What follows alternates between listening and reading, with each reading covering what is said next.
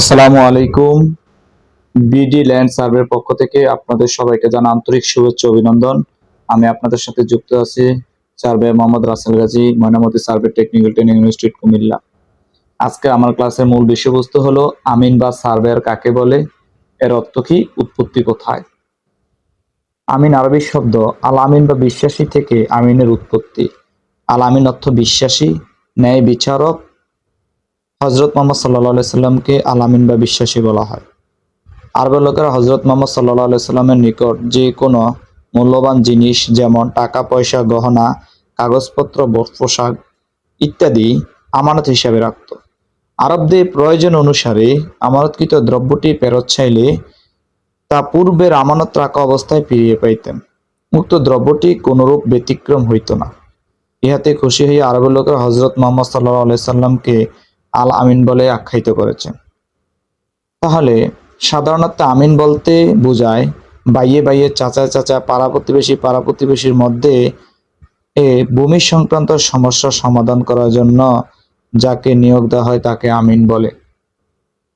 তাহলে আমিন হলো ভাইয়ে ভাইয়ে,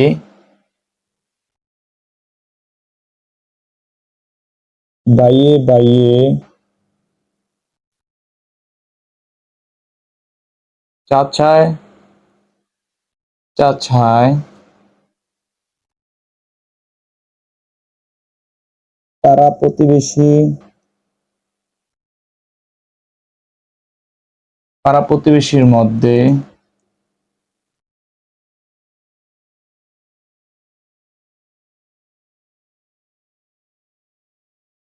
বেশির মধ্যে ভূমি সংক্রান্ত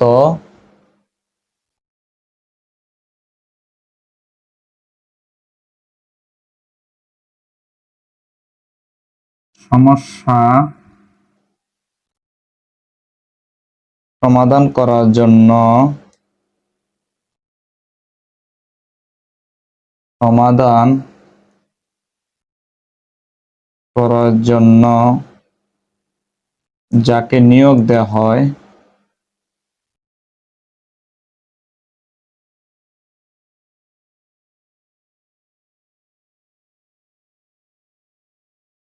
তাকে আমিন বলে।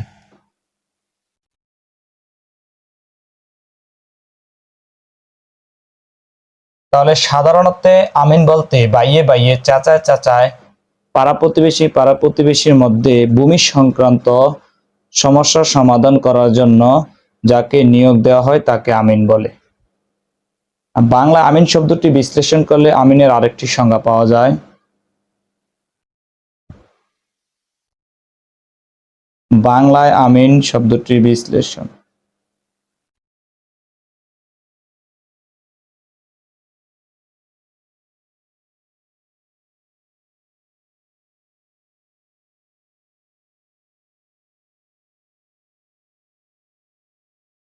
বাংলা আমিন শব্দটির বিশ্লেষণ। আমিন এক্ষেত্রে আদি হলো আপোষ,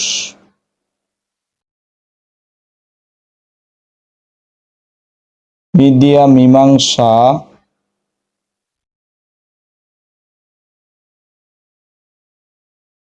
নদিয়া নকশা বা নিষ্পত্তি।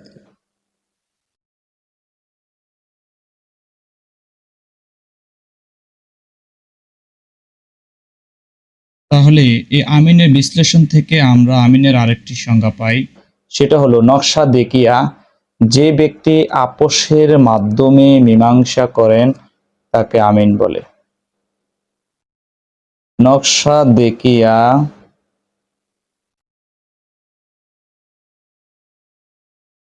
যে ব্যক্তি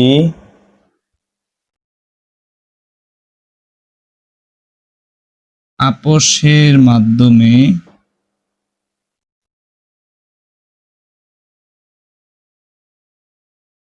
মীমাংসা করেন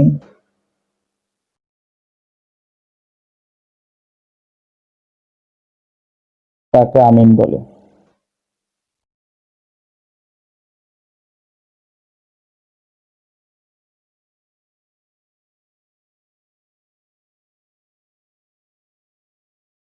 তাহলে নকশা দেখে যে ব্যক্তি আপোষের মাধ্যমে মীমাংসা করেন তাকে আমিন বলে।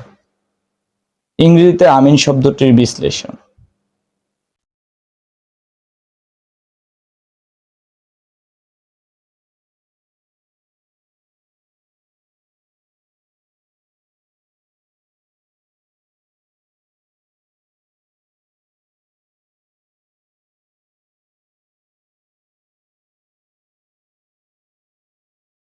আমিন।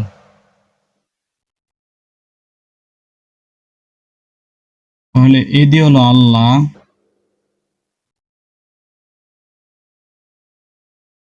এম দিয়ে মোহাম্মদ,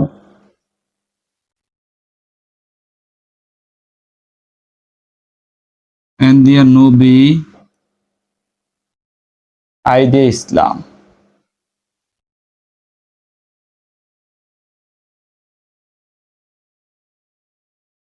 তাহলে ইংরেজিতে আমিন শব্দটি বিশ্লেষণ করলে আমিনের আরেকটি সংজ্ঞা পাওয়া যায়, সেটা হলো ইসলামের নবী হযরত মুহাম্মদ সাল্লাল্লাহু আলাইহি ওয়াসাল্লাম আল্লাহর পক্ষ থেকে যে ভূমি সংক্রান্ত যে বিধান এনেছেন তা যাতে সৃষ্ট সমাধান করা হয় তাকে আমিন বলে।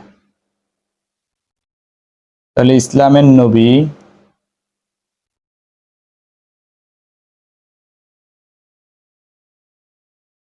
হযরত মুহাম্মদ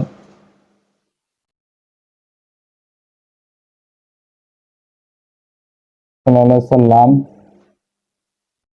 আল্লাহর পক্ষ থেকে আল্লাহর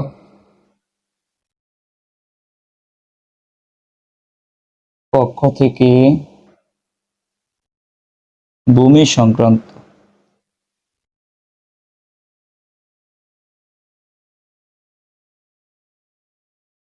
যে বিধান এনেছে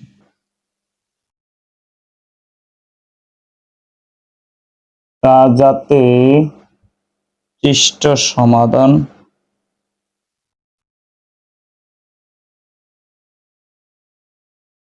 করাকে আমিন বলে।